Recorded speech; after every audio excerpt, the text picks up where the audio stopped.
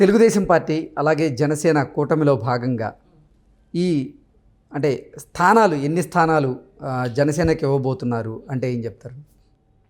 అదే అండి, ఇందాక నేను ఇన్ మై ఫస్ట్ రిమార్క్స్ చెప్పినట్లు ఎక్కడైతే పక్కాగా జనసేనకి కొంత బలము ఎన్ని నియోజకవర్గాల్లో ఉన్నాయో అవి ఖచ్చితంగా వాళ్ళకే కేటాయిస్తారు, అందులో డౌటే లేదు. కొన్ని తెలుగుదేశం అలయన్స్ ఉంది కాబట్టి వాళ్ళకు ఒక ఫిక్స్డ్ నెంబర్. ఎందుకంటే ఇంతకుముందు కిందటి సారి జరిగిన ఎలక్షన్స్ 2019 ఎలక్షన్స్లో జనసేన వేరు, ఇప్పుడు 2024 జనసేన వేరు. They developed a lot. అప్పుడు కొత్తగా రాజకీయాల్లోకి అడుగుపెట్టారు పవన్ కళ్యాణ్ గారు.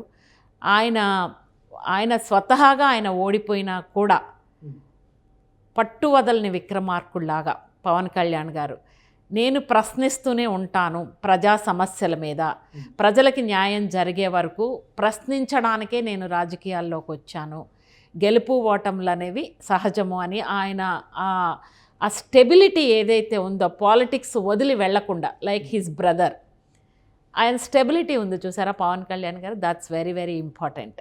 సో ఈ రోజున he became strong. Pawan Kalyan garu he became strong, no doubt on that. So Chandrababu Naidu garu లాంటి ఒక విజనరీ లీడర్తో కలవడం వలన కూడా డెఫినెట్గా పవన్ కళ్యాణ్ గారు మంచి నిర్ణయం తీసుకున్నారు అనేది అందరూ. ఎందుకంటే చంద్రబాబు నాయుడు గారు డెఫినెట్గా స్టేట్కి, యూత్కి, మహిళలకి, రైతులకి, ప్రతి ఒక్క ఎవరైతే నష్టపోయిన వర్గాలు ఉన్నాయో వాళ్ళని పైకి తీసుకొచ్చే దిశగా ఆయన నిర్ణయాలు ఉంటాయి. ముఖ్యంగా యూత్ ఎంప్లాయ్మెంట్, ఇవన్నీ చూసుకొని పవన్ కళ్యాణ్ గారు ఎట్లా చెప్పాలంటే వాళ్ళు ఒక స్టెప్ అహెడ్ ఉన్నారు. తెలుగుదేశం పార్టీతో పొత్తు పెట్టుకోవడం వలన they are ahead of one step. That is good symptom from Janasena పార్టీకి. తెలుగుదేశం పార్టీతో పొత్తు పెట్టుకోవడం జనసేన పార్టీకి కూడా చాలా కలిసి వచ్చే అంశం. ఓకే, అసలు తెలుగుదేశం పార్టీ జనసేన కూటమికి సీట్ల సర్దుబాటు ఎప్పుడు ఫైనల్ అయ్యే అవకాశం కనపడుతుందంటే ఏం చెప్తారు? అంటే ఇప్పుడు దట్ డిపెండ్స్ అండ్ నోటిఫికేషన్ వచ్చిన తర్వాత చాలా చకచకాగా జరుగుతూ ఉంటాయి. ఐ థింక్ ఇంటర్నల్గా కూడా నెగోషియేషన్స్ అన్నీ నడుస్తున్నాయి. ఎవరెవరికి ఎక్కడెక్కడ ఇవ్వాలి, ఎంతెంత ఇవ్వాలి అనేది. అంటే they may not reveal immediately. When due time comes definitely they will open there lips. Open చేసి ఎన్ని సీట్లు ఇస్తారు, ఎన్ని సర్దుబాట్లు ఉన్నాయి, అసంతృప్తుల్ని బుజ్జగించడం, వాళ్ళని ఎండ్ ఆఫ్ ద డే చెప్పాలి. ఎందుకంటే పార్టీని ఉన్నారు కాబట్టి. సో అవి it's a thorough and big exercise. అది అవ్వగానే నోటిఫికేషన్ వెలువడంగానే అనౌన్స్ చేస్తారు. జనసేన పార్టీకి 25 నుంచి 30 స్థానాలు మాత్రమే ఇవ్వబోతున్నారు టీడీపీ అధినేత చంద్రబాబు నాయుడు గారు అంటూ కూడా సోషల్ మీడియాలో ఒక వార్త హల్చల్ చేస్తున్న నేపథ్యంలో నిజంగా 25 నుంచి 30 స్థానాలు ఇచ్చే అవకాశమే కనపడుతోందా? ఆ సంఖ్యతో జనసేనాని పవన్ కళ్యాణ్ గారు సంతృప్తి పడతారా అంటే ఏం చెప్తారు? అంటే ఇక్కడ ఒకటి, ఫస్ట్ నుంచి కూడా చంద్రబాబు నాయుడు గారికి, లోకేష్ గారికి, పవన్ కళ్యాణ్ గారికి ఒక కెమిస్ట్రీ అనేది మ్యాచ్ అయింది. వాళ్ళు మాట్లాడే విధానంలో కూడా ఒకళ్ళకి ఒకళ్ళు మనం సపోర్ట్ చేసుకోవాలి, ఎక్కడా కూడా అసంతృప్తి అనేది బయటికి రావద్దు, ఏ విధంగానూ అసంతృప్తి కానీ, నెగిటివ్ కామెంట్స్ కానీ, కించపరిచే విధంగా, గొడవ పడే విధంగా ఎక్కడ ఉండకూడదు. గ్రౌండ్ లెవెల్ నుంచి జనసేన, తెలుగుదేశం పార్టీ కార్యకర్తలు కలిసిమెలిసి ఒకళ్ళనొకళ్ళని పరస్పరం గౌరవించుకుంటూ ముందుకెళ్ళాలి అని టాప్ లీడర్స్ ఇన్స్ట్రక్షన్స్ ఇస్తున్నారు కింద వరకు కూడా. అంటే రేపు సీట్ల సర్దుబాటు విషయంలో కూడా అదే సామరస్యం ఉంటుందని నేను ఖచ్చితంగా చెప్పగలను. చంద్రబాబు నాయుడు గారు తీసుకునే నిర్ణయాల్ని సీట్ల విషయంలో డెఫినెట్గా పవన్ కళ్యాణ్ గారితో కలిసి డిసైడ్ చేసుకుని ఇద్దరూ సామరస్యంగా నిర్ణయించుకునే ఒక అండర్స్టాండింగ్కి వస్తారని మాత్రం నేను ఖచ్చితంగా చెప్పగలను. ఎక్కడన్నా 1-2 చోట్ల డిఫరెన్స్ ఆఫ్ ఒపీనియన్ ఉన్నా కూడా చంద్రబాబు నాయుడు గారు పవన్ కళ్యాణ్ గారికి చాలా రెస్పెక్ట్ ఇస్తారు ఆయన ఒపీనియన్కి. At the same time Pawan Kalyan garu కూడా చంద్రబాబు నాయుడు గారు చెప్పే ఒపీనియన్కి రెస్పెక్ట్ ఇస్తారు. They have mutual understanding, they have mutual respect on each other. So ఇలాంటి సిచ్యుయేషన్ ఉంది వాళ్ళిద్దరి మధ్య. So I don't see any struggle to give share to the Janasena party అని నేను అనుకోవట్లా. సామరస్యంగానే ఈ సమస్య పరిష్కారం అవుతుంది, సామరస్యంగానే సీట్ల సర్దుబాటు ఉంటుంది, ఒకళ్ళొకళ్ళు అర్థం చేసుకునే ముందుకెళ్తారని మాత్రం నేను ఖచ్చితంగా చెప్పగలను. ఓకే, టీడీపీ జనసేన కూటమిలో బీజేపీ కూడా జాయిన్ అయ్యే అవకాశం కనపడుతుందా? ఆ పరిస్థితులు ఉన్నాయా అంటే ఏం చెప్తారు? దట్ డిపెండ్స్ అండి. ఎందుకంటే ఇక్కడ స్టేట్ లీడర్షిప్ కన్నా కూడా central leadership they will take decision based on state leadership opinion. ఇక్కడ ఎవరైతే స్టేట్ లీడర్షిప్ ఉన్నారో పురంధరేశ్వరి గారు కానీ ఆమె సహచర పాలిటీషియన్స్ కానీ based on their inputs, their suggestions, central leadership will take a call on this. అయితే ఇక్కడ చెప్పాల్సింది ఏంటంటే ఏ విధంగా సెంట్రల్ లీడర్షిప్ టీడీపీ తోటి పొత్తు పెట్టుకుంటుందా లేదా అనేది కొద్ది రోజులు వెయిట్ చేయండి. వాళ్ళు అంటే ఒక విధంగా చూస్తే భారతీయ జనతా పార్టీ తెలంగాణలో కొంచెం ఉంది, సౌత్లోనే కొంచెం తక్కువ, తెలంగాణలో కొంచెం ఉంది. కానీ ఆంధ్రప్రదేశ్లో తెలంగాణలో ఉన్న పరిస్థితులు ఆంధ్రాలో లేవు కదా భారతీయ జనతా పార్టీకి. ఓకే, ఇక్కడున్న పరిస్థితి తెలంగాణలో ఉన్న పరిస్థితి ఆంధ్రాలో లేదు. కొంచెం వాళ్ళు ఇంకా ఇంప్రూవ్ అవ్వాలి. ఆంధ్రప్రదేశ్ భారతీయ జనతా పార్టీ వాళ్ళు ఇంకా పుంజుకోవాలి. అది సో ఇక్కడ వాళ్ళు జాయిన్ అయితే అది ఎటువంటి నిర్ణయం తీసుకుంటారనేది పార్టీ అధిష్టానం తీసుకుంటారు. అది పవన్ కళ్యాణ్ గారు ఈజ్ ఫేవరబుల్గా ఉన్నారు భారతీయ జనతా పార్టీ మాతో కలవాలి అని. ఫస్ట్ నుంచి ఆయన అలాగే స్టేట్మెంట్స్ ఇస్తున్నారు. But at the end of the day it will be decided by Chandrababu Naidu garu, Modi, Amit Shah. That's a very top leadership level decision ఇది. ఓకే, సొంత అన్న జగన్మోహన్ రెడ్డికి పుట్టినరోజు శుభాకాంక్షలు తెలపలేదు వైఎస్ షర్మిల. కానీ ఈరోజు క్రిస్మస్ను పురస్కరించుకొని నారా లోకేష్కి షర్మిల ఈ క్రిస్మస్కి సంబంధించినటువంటి శుభాకాంక్షలను తెలియజేశారు. ఏంటి ఈ అంశాన్ని అసలు ఎలా చూడొచ్చు? వాళ్ళిద్దరి మధ్య వివాదం ఇంకా తారాస్థాయికి చేరిందా?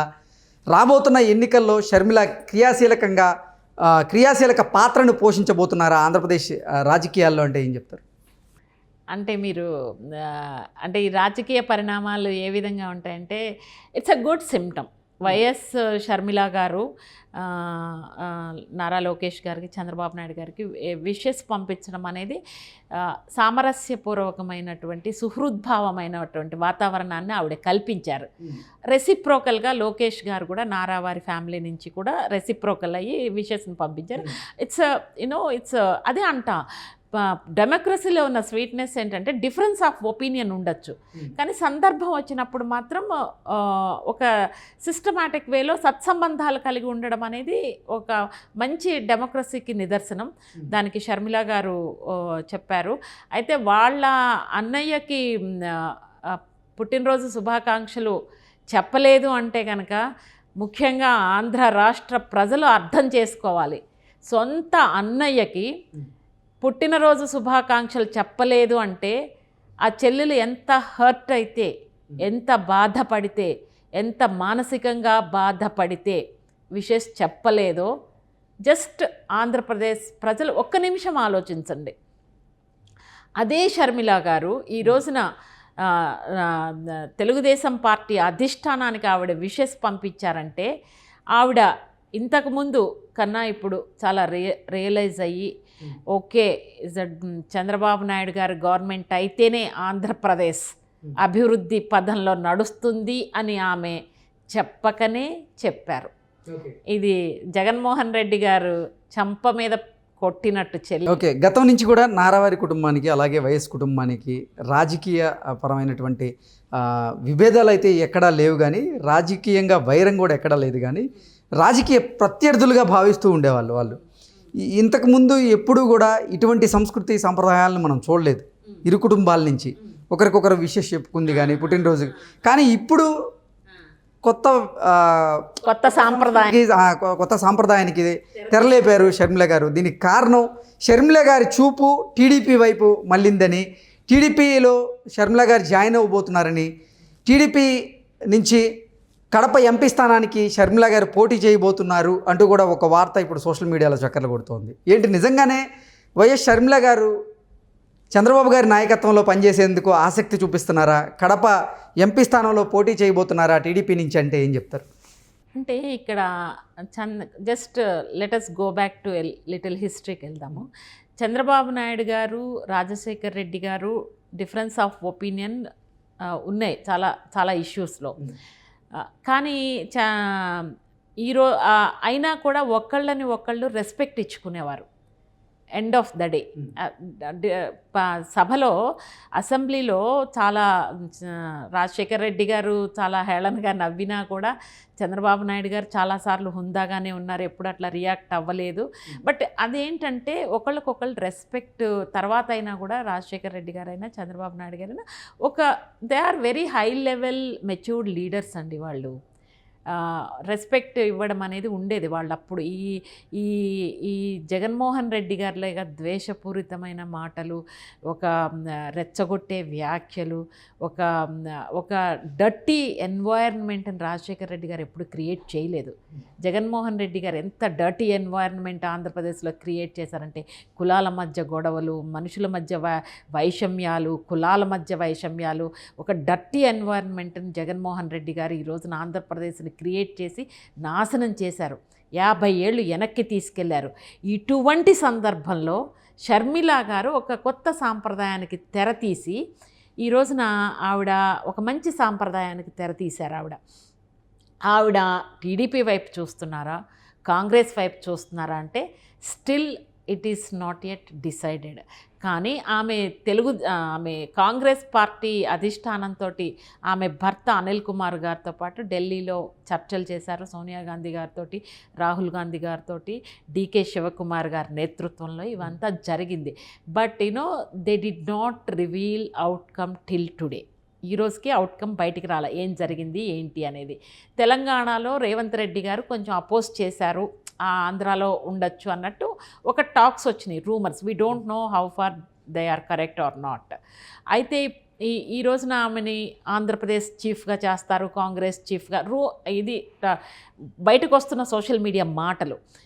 చీఫ్గా చేస్తారు. ఆమె ఇంతకుముందు 3000 కిలోమీటర్లు చేశారు, ఒక క్రేజ్ ఉన్న లీడర్ అని చెప్పేసి ఇక్కడ ఎస్టాబ్లిష్ చేయాలని కాంగ్రెస్ గవర్నమెంట్ అనుకుంటున్నారని వినికిడి. బట్ వీ డోంట్ నో అది ఎంతవరకు కరెక్ట్ అనేది. కానీ తెలుగుదేశం పార్టీలోకి వస్తారు, కడప ఎంపీ సీట్ ఎక్స్పెక్ట్ చేస్తున్నారు అని అంటే కనుక we have to wait and see whether it is really correct or not. మనకు తెలియదు కదా. ఆమె ఒక పాజిటివ్గా తెలుగుదేశం పార్టీ వైపు ఆవిడ పంపించారు. That's a good symptom, irrespective of political opinion, political differences.